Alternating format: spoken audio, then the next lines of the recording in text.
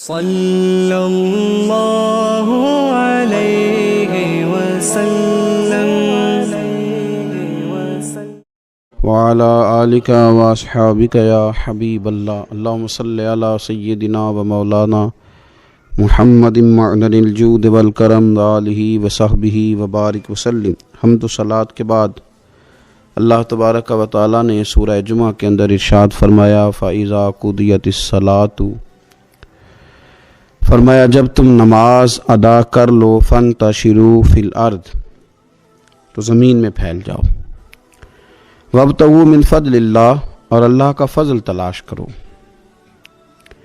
یعنی تم رزق کی تلاش میں نکل جاؤ۔ جب تم نماز پڑھ لو فَإِذَا قُضِيَتِ الصَّلَاةُ، جب تم نماز ادا کر لو، تم نے نماز پڑھ لی، فارغ ہو گئے، اب اس طرح کرو کہ فَانْتَشِرُوا فِي الْأَرْضِ، زمین میں پھیل جاؤ، وَابْتَغُوا مِنْ فَضْلِ اللَّهِ، اور اللہ کا فضل تلاش کرو، یعنی رزق کی تلاش میں نکل جاؤ۔ مفسرین نے لکھا مراد رزق کی تلاش میں نکل جاؤ۔ وَاذْكُرُوا اللَّهَ، اور اللہ کا ذکر کرو، کثیرا لعلکم تفلحون، کثرت کے ساتھ اللہ کا ذکر کرو اس امید پر کہ تم کامیاب ہو جاؤ۔ رزق حلال کی جو تلاش ہے اور جو کوشش ہے، یہ اللہ تبارک و تعالیٰ نے نظام زندگی کے اندر ایک خوبصورت نظام رکھا ہے کہ ہم تھوڑا سا آگے بڑھیں گے، کوشش کریں گے، محنت کریں گے، اور اللہ تعالیٰ ہمیں رزق حلال عطا فرمائے گا۔ یہ بات یاد رکھیے کہ اپنے بچوں کا پیٹ پالنے کے لیے، اپنے آپ کو سوال سے بچانے کے لیے، اپنے ماں باپ بہن بھائیوں کی کفالت کرنے کے لیے رزق حلال کی تلاش بڑا محبوب عمل ہے۔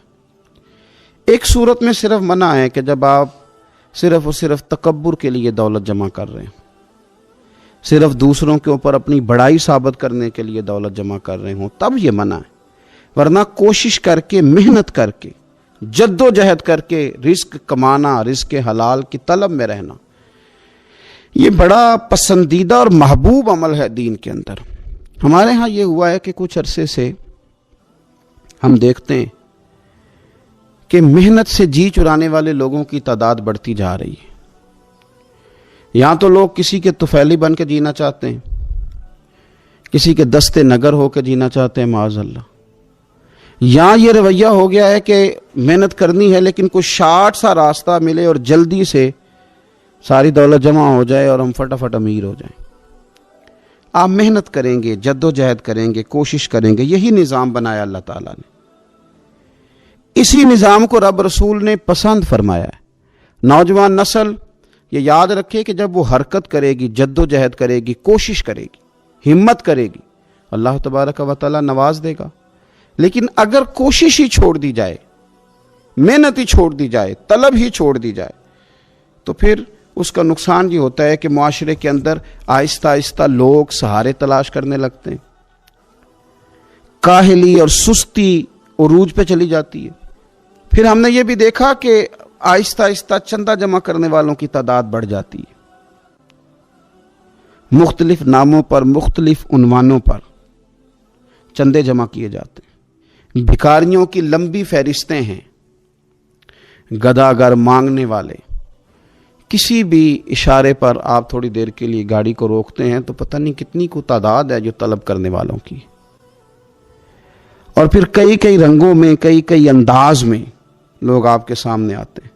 یاد رکھنا، نبی پاک صلی اللہ تعالیٰ علیہ وسلم نے فرمایا جس نے بغیر طلب کے اپنا ہاتھ پھیلایا، قیامت کے دن اسے سزا یہ ملے گی کہ جب رب کی بارگاہ میں آئے گا تو اس کے چہرے پہ گوشت نہیں ہوگا۔ بغیر طلب کے اور مسلمان ہو کے رب پہ بھروسہ کرنے والا، رسول پاک صلی اللہ علیہ وسلم کو ماننے والا، اور وہ سست ہو اور وہ کاہلی کی زندگی گزارے، آپ آگے بڑھیں، آپ کوشش کریں کہ مجھے کچھ حاصل کرنا ہے۔ آپ بجائے اس کے کہ سہارا تلاش کریں، آپ سہارا بننے کی کوشش کریں۔ اور نوجوان نسل اپنے ذہن کے اندر یہ بات بٹھائے کہ اللہ تعالیٰ نے جوانی دی ہے، طاقت دی ہے، آپ تو کئیوں کا بوجھ اپنے کندھوں پہ رکھ کے سفر کریں، آپ بہت سارے لوگوں کے لیے سہارے کا باعث بنیں، آپ ایک ایسا درخت بنیں کہ جس کی چھاؤں میں سینکڑوں لوگ بیٹھ سکیں، درجنوں لوگ نفع حاصل کر سکیں۔ آپ خوبصورت زندگی بنائیں، اپنے آپ کو آگے لے کر کے جانے کی کوشش کریں، اور اللہ تو بندے کے گمان کے قریب ہے، جس طرح کا انسان ذہن بناتا ہے رب کریم اتنا ہی اس بندے پہ فضل کرتا ہے۔ اچھی امیدیں وابستہ کریں، خوب محنت کریں، خوب۔ مطلب یہ کہ سست پڑنا، اٹھتا ہوں، چلتا ہوں، دیکھتا ہوں، کرتا ہوں، کوئی ہو ہی جائے گا، کوئی پہنچ ہی جائے گا، یہ کمزور لوگوں کی علامت، یہ کمزور لوگوں کی۔ حضرت حسن بصری رحمۃ اللہ علیہ ایک مثال دے کے بڑی بات کو خوبصورت کرتے ہیں۔ کہتے ہیں کہ نوجوان مجھے ملا تو کہنے لگا حضرت جی آج میں نے عجیب نظارہ دیکھا ہے کہ ایک شیر نے شکار کیا ہے ایک بکری کا، تو اس نے کافی سارا خود کھایا اور باقی منہ میں پکڑ کے ایک پہاڑی پہ چڑھا ہے، وہاں ایک نابینا لومڑی بیٹھی تھی، باقی کا اس نے اس کو کھلایا ہے شکار۔ تو میں سوچتا ہوں رب کریم تو بندہ نابینا بھی ہو، گھر میں بھی بیٹھا ہو تو اس کو رزق پہنچا ہی دیتا ہے۔ تو خواجہ حسن بصری رحمۃ اللہ علیہ مسکرا پڑے، کہنے لگے میاں تم نے لومڑی بننے کا پروگرام بنایا، شیر بننے کا کیوں نہیں بنایا؟ تم نے یہ ذہن بنایا کہ گھر میں نابینا بن کے بھی کو بیٹھ جائے تو روٹی پہنچ جاتی ہے، تو یہ ذہن کیوں نہیں بنایا کہ شیر بنتا ہوں، شکار کرتا ہوں، کھاتا بھی ہوں، کھلاتا بھی ہوں؟ جد و جہد کریں، محنت کریں، آگے بڑھیں، ہمت کریں۔ میرے رسول کریم صلی اللہ تعالیٰ علیہ وآلہ وسلم کے صحابی حضرت سیدنا کعب رضی اللہ تعالیٰ عنہ ارشاد فرماتے ہیں کہ ایک شخص نبی پاک صلی اللہ علیہ وسلم کے سامنے سے گزرا، تو صحابہ کرام علیہم رضوان نے اس کی چستی دیکھ کر، بڑا چست نوجوان تھا، بڑا تیز چل رہا تھا، اس کی چستی دیکھ کے صحابہ نے کہا کاش اس کی چستی اللہ کے راستے میں ہوتی، یعنی عبادت میں لگا ہوا ہوتا یا جہاد میں لگا ہوا ہوتا، کاش اس کی چستی اللہ کے راستے میں ہوتی۔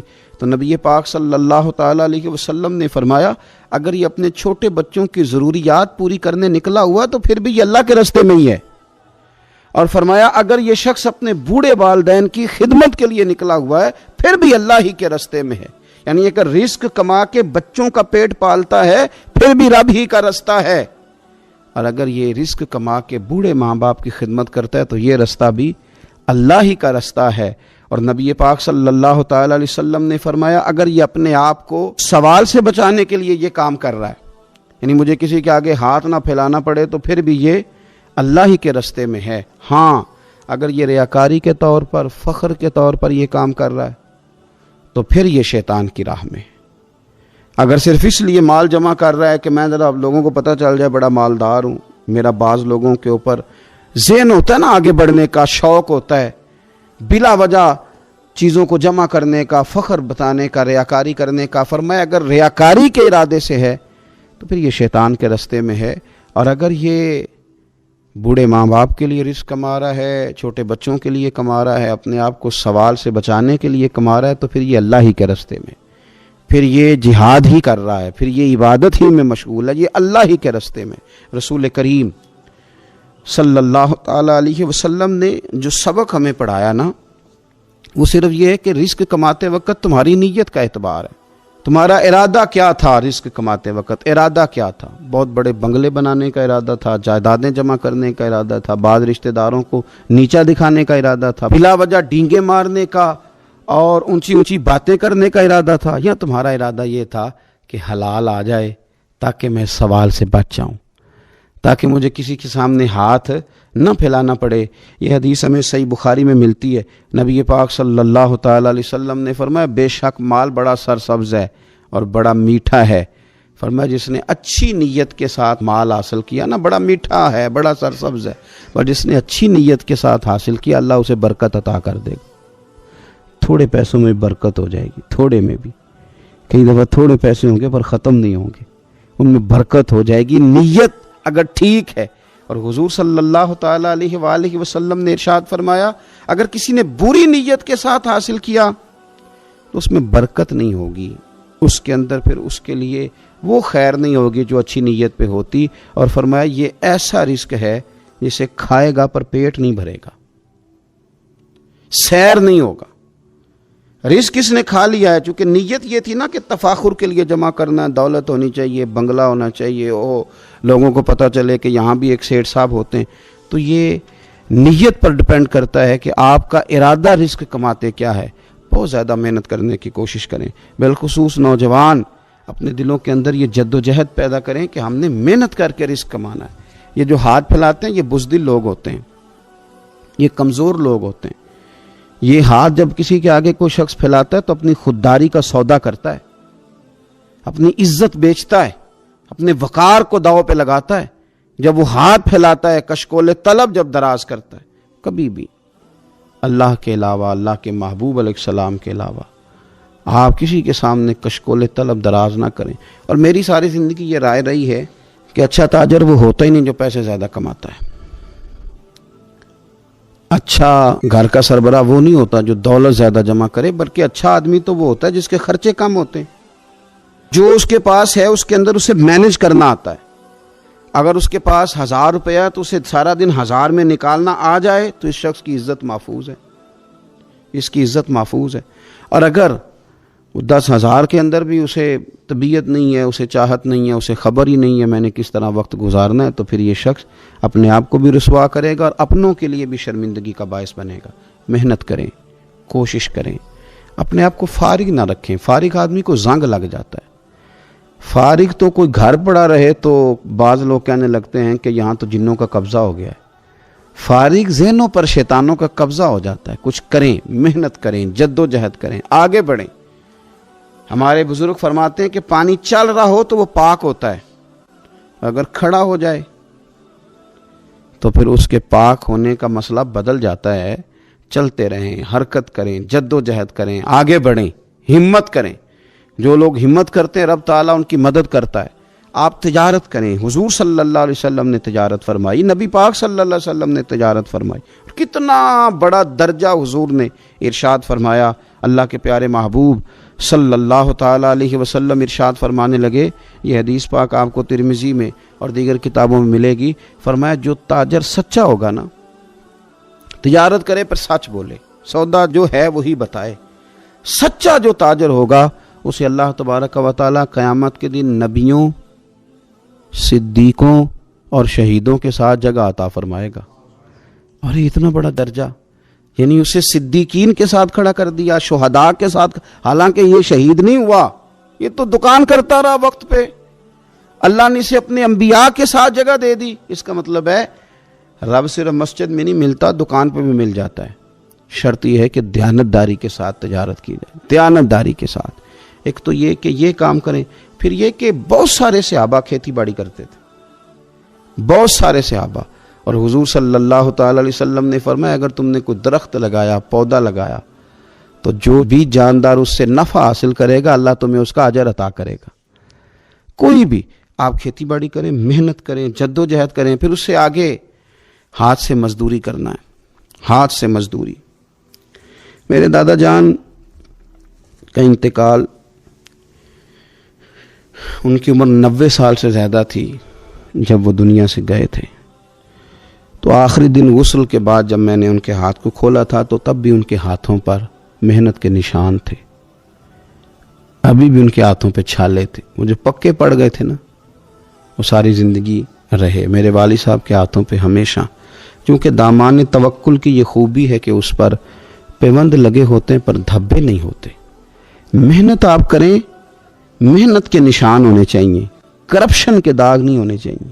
آپ تھک جائیں کام کرتے، لیکن میرے بھائی اس طرح نہ ہو کہ لوگ، میں نے کئی دفعہ کہا ہے کہ روب کپڑوں کا نہیں ہوتا، روب تو کردار کا ہوتا ہے۔ کروڑوں روپے کا آپ مکان بنا لیں، گاڑی خرید لیں، لیکن آپ کا پیسہ کرپشن کا ہے تو لوگ دروازے کے سامنے کھڑے ہو کے کہتے ہیں 2 نمبر طریقے سے کمایا۔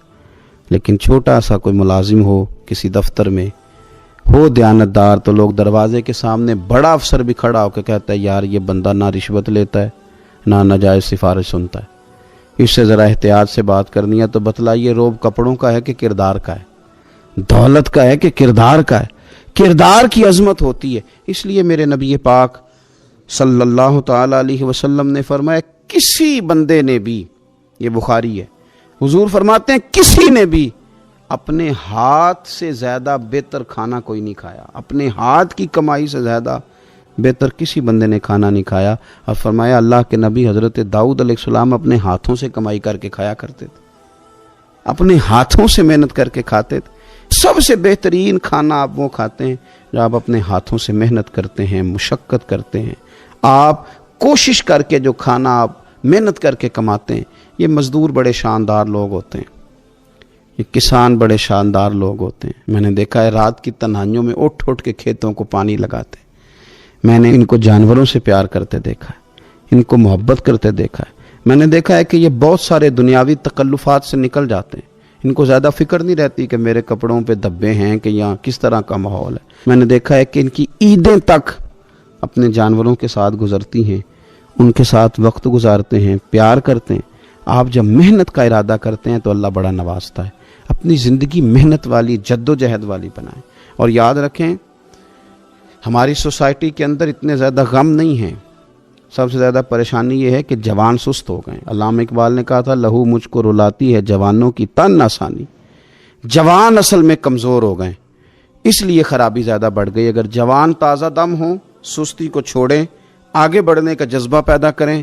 اٹھ باندھ کمر کیوں ڈرتا ہے، پھر دیکھ خدا کیا کرتا ہے. کوشش کریں، ہمت کریں، محنت کے ساتھ رزق کمائیں، اپنوں کا سہارا بنیں، اپنوں سے پیار کریں. اتنے زیادہ غریب لوگ نہیں ہیں ہمارے ہاں.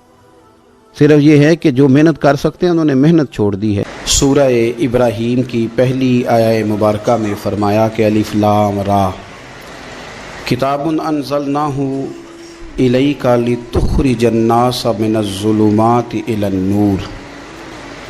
فرمایا اے محبوب علیہ السلام، یہ کتاب ہم نے آپ پر نازل کی ہے تاکہ آپ لوگوں کو اندھیروں سے نور کی طرف لے جائیں، تاکہ آپ لوگوں کو اندھیروں سے نکال کے نور عطا فرما دیں. بِإِذْنِ رَبِّهِمْ إِلَى صِرَاط، اور اپنے رب کے حکم سے اپنے رب کے رستے کی طرف لوگوں کو لے جائیں.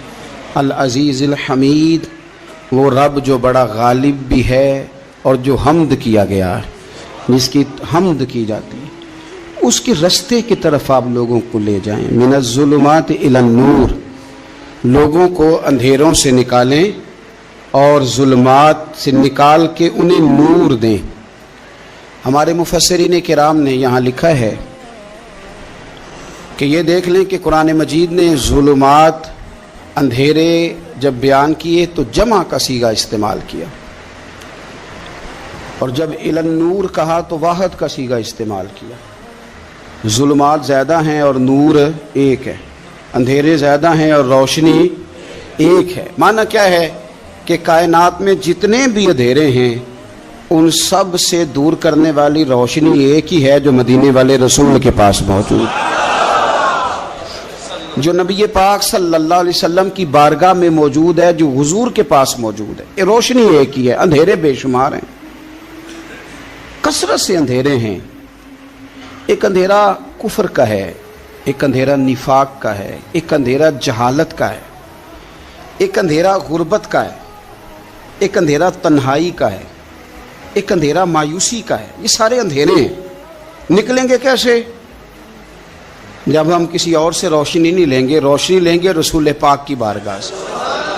اعلیٰ حضرت فاضل بریلوی رحمۃ اللہ تعالیٰ علیہ نے نا ایک بات یہاں بیان فرمائی ہے، وہ بڑی عجیب اور بڑی انوکھی ہے. اعلیٰ حضرت فرماتے ہیں کہیں اور سے تم روشنی لوگے نا تو یہ پہر دو پہر رہے گی.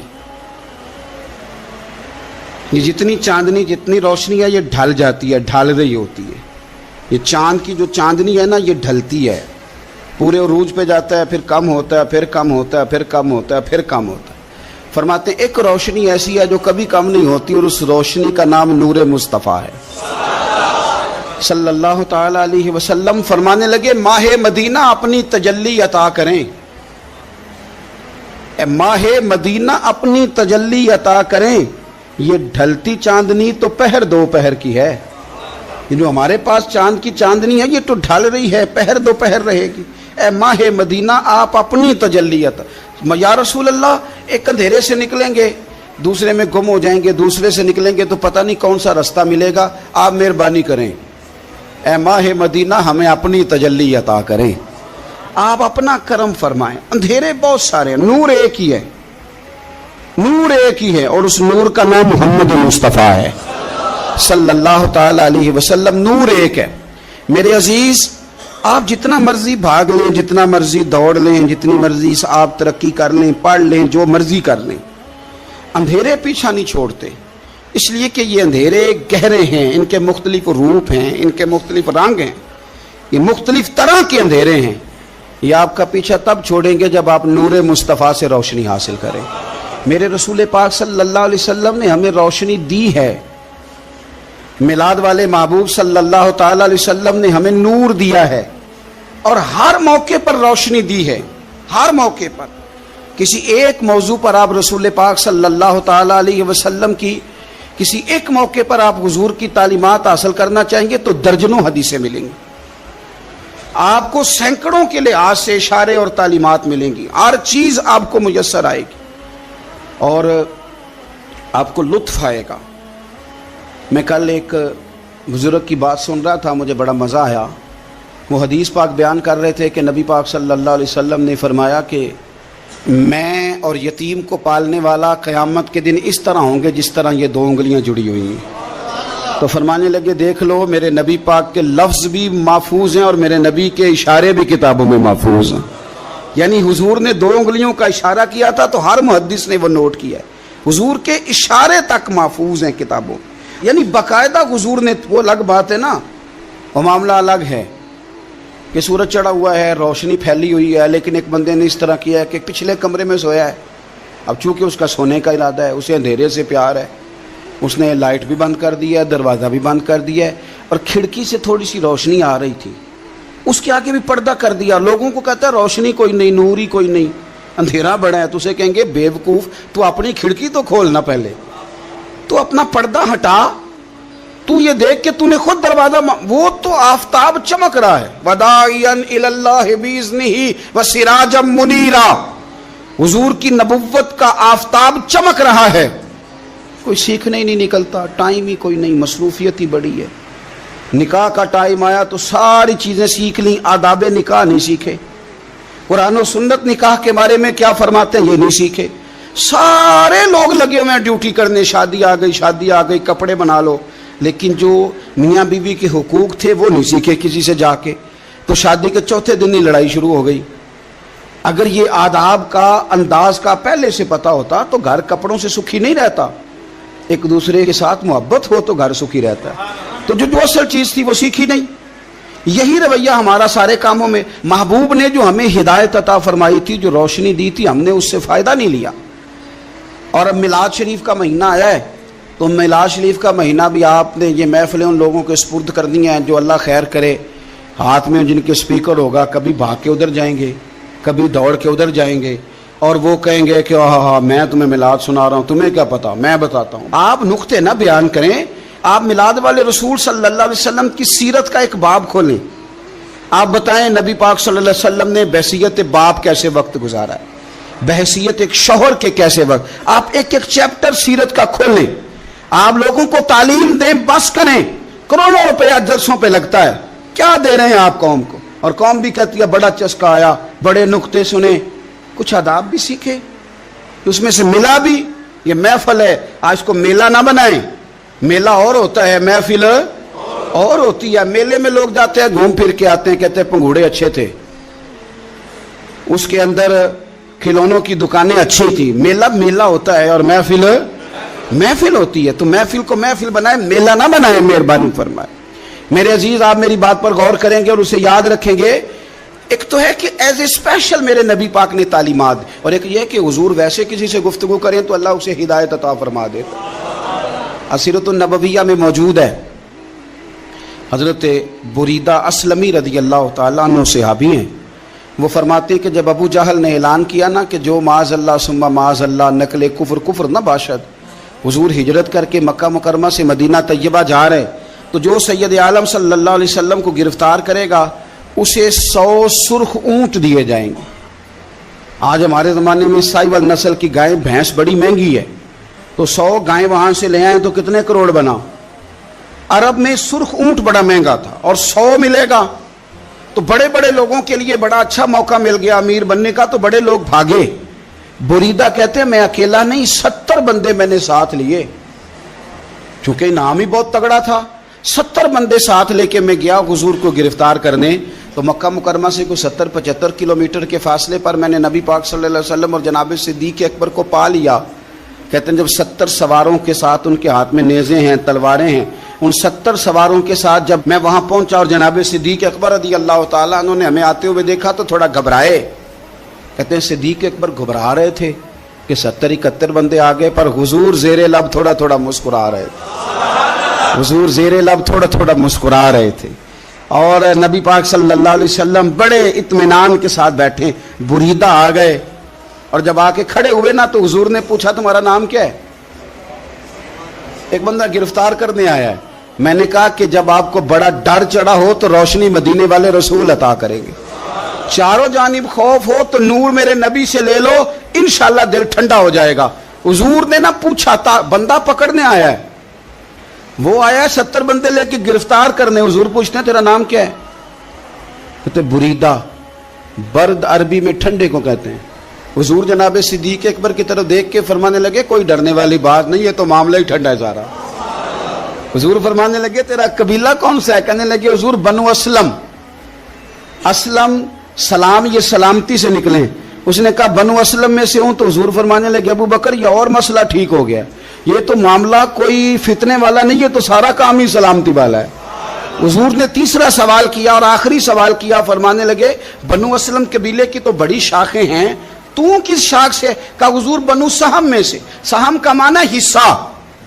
تو حضور فرمانے لگے تو فکر نہ کر, تجھے تیرا حصہ ملے گا. تو حضرت بریدہ کہتے ہیں میں نے کہا پھر آپ کا نام کیا ہے؟ تو حضور فرمانے لگے میں وہ محمد ہوں جسے اللہ نے اپنا رسول بنا کے بھیجا ہے. میں وہ محمد ہوں صلی اللہ علیہ جسے اللہ نے اپنا رسول بنا کے بھیجا ہے. تو بریدہ آگے بڑھے اور اپنا ہاتھ آگے کر کے کہنے لگے آپ نے فرمایا تھا نا کہ حصہ ملے گا, تو پھر مجھے پڑھائے کلمہ, میں بھی مسلمان ہونا چاہتا. مل گیا حصہ. حضور روٹین کی بات چیت کریں تو اللہ ہدایت عطا کر دیتا. روٹین کی بات چیت کریں تو بھائی جو ایز اے اسپیشل حضور کا دین سیکھے, جو غور کر کے سیکھے.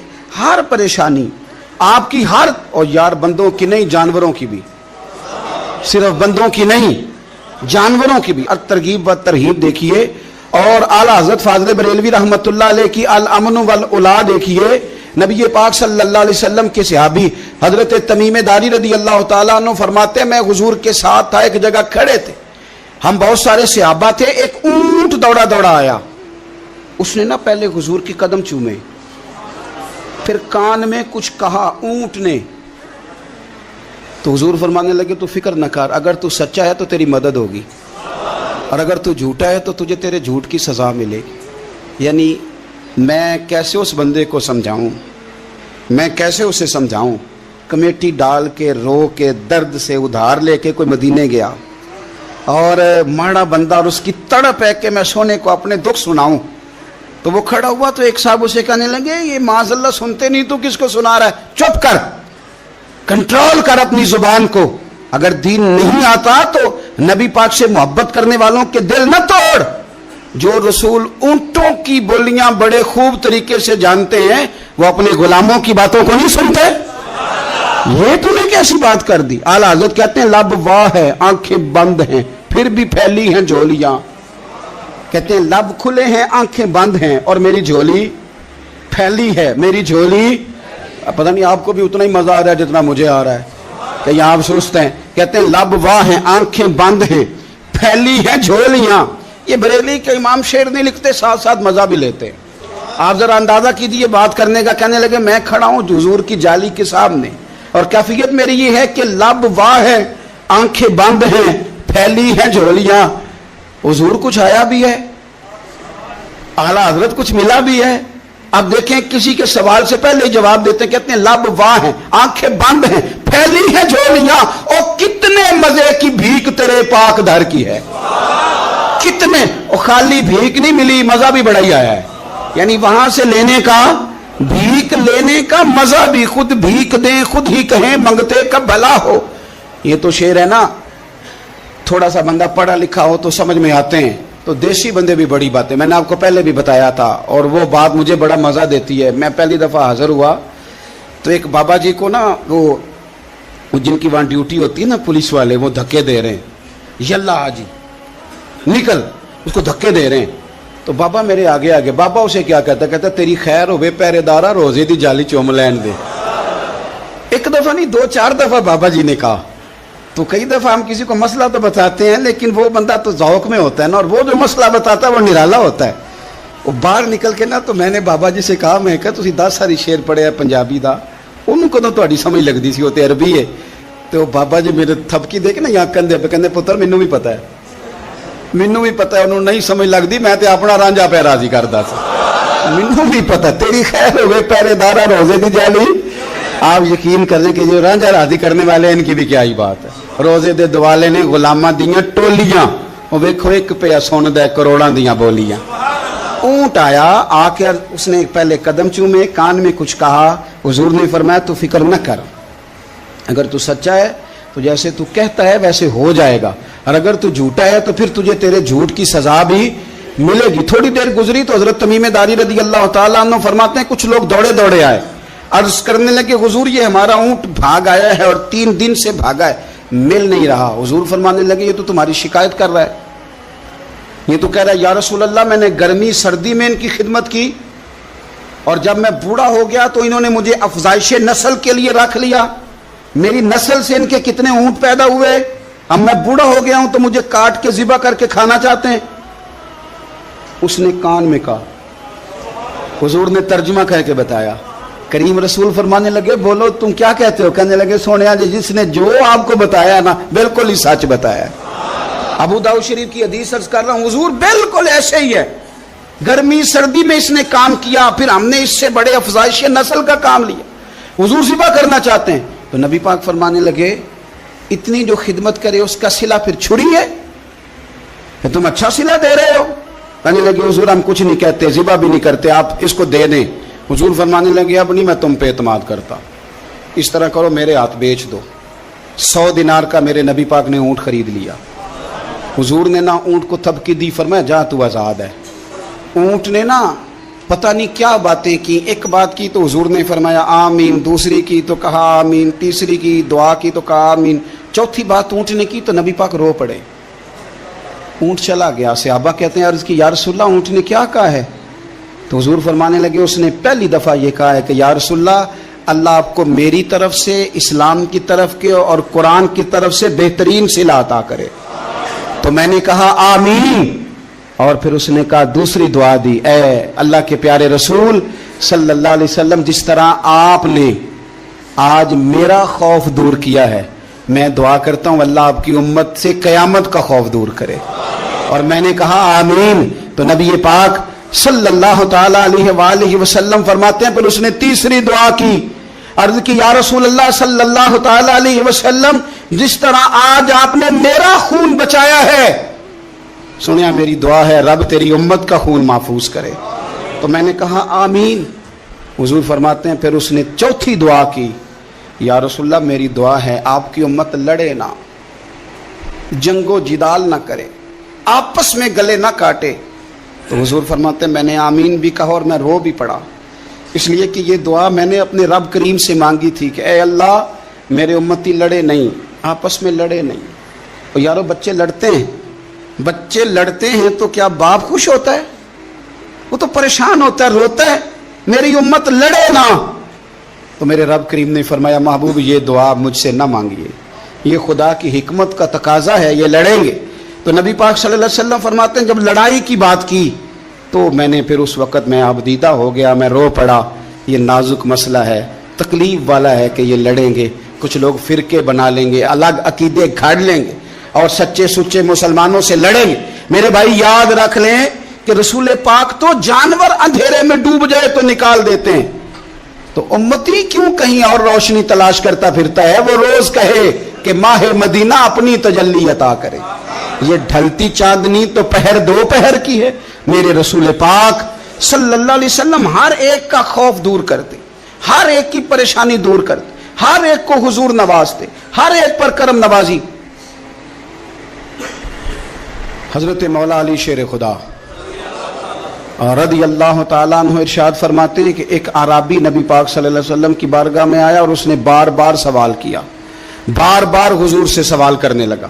سرکار کی عادت تھی کہ جب آپ کی طبیعت مبارک, مزاج مبارک بڑا ٹھنڈا ہوتا تھا تو آپ سوالوں کے جواب دیتے, اور جب کوئی سوال کا جواب نہ دینا چاہتے تو خاموش ہو جاتے. لیکن اس نے بار بار اصرار کیا نا یہ مجموع الزوائد میں حدیث موجود ہے، راوی ہے مولا علی شیر خدا۔ دیکھیں حضور کا نور دینے کا شوق کتنا ہے۔